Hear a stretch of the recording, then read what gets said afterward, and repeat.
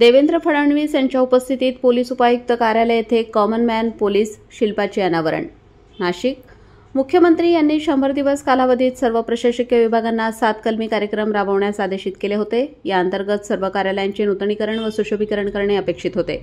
याच कार्यक्रमाचा भाग म्हणून पोलीस आयुक्त संदीप कर्णिक यांच्या संकल्पनेतून पोलीस उपायुक्त परिमंडळ 1 या कार्यालयाचे नूतनीकरण करण्यात आले आहे. या अंतर्गत परिमंडळ 1 कार्यालय आवारात शरणपूर सिग्नल समोर कॉमन मॅन पोलीस हे शिल्प उभारण्यात आले आहे. विशेष बाब म्हणजे या शिल्पाच्या अनावरणाचा मान या शिल्पाभोवतीचे दगडांचे काम करणारे दगड कारागीर मोतीराम जेटी पवार व शिल्प उभारण्यास परिश्रम घेणारे पोलीस कॉन्स्टेबल विशाल रमेश पवार यांना देण्यात आला. या दोघांची नावे कोनशिलेवर सर्वांच्या वर टाकण्यात आली आहेत.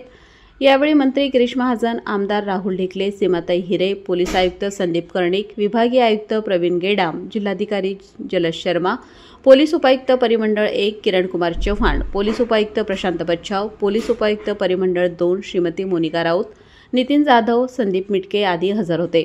या शिल्पातून नाशिक पोलीस आयुक्तालयाने पोलीस हे शासक नसून सेवक आहेत व सदैव सामान्य नागरिकांच्या पाठीशी आहेत असा संदेश दिला आहे. हे शिल्प प्रसिद्ध शिल्पकार संदीप लोंढे यांनी साकारले असून वास्तुविशारद जयेश आपटे यांनी स्थापत्याविषयी कामकाज सांभाळले. वृत्तसंकलन सिद्धांत पवार, नाशिक. राष्ट्रपती यांच्या हस्ते आज झालेला आहे आणि नाशिक शहर पोलीस आणि महाराष्ट्र पोलीसचं जे वाक्य आहे आणि शासकनी सेवक अशा प्रकारची जी थीम आहे, तर त्याच्यासाठी कॉमन मॅन व पोलीस आणि जनतेची सेवा याचं हे प्रतीक आहे.